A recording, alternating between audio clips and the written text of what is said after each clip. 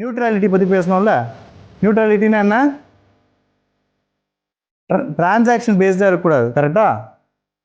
Yes no customer சொல்ல போகிறானான்றதை நம்ம மைண்ட்லேயே இருக்கக்கூடாது. கிளியரா? கஸ்டமர் எஸ் சொல்கிறானோ நோ சொல்கிறானோ, நம்ம சொல்யூஷன் பேஸ்டாக நம்ம அப்ரோச் பண்ணுவோம். அதுக்கப்புறம் அது பில்லிங் க்ளோஸ் ஆகும்.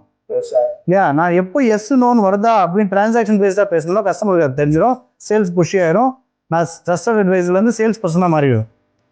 இல்லையா? அதனால் I should always be neutral. Yes no பற்றி எனக்கு கவலை கிடையாது. நான் இங்கே சொல்யூஷன் ப்ரொவைட் பண்ண வந்திருக்கேன்.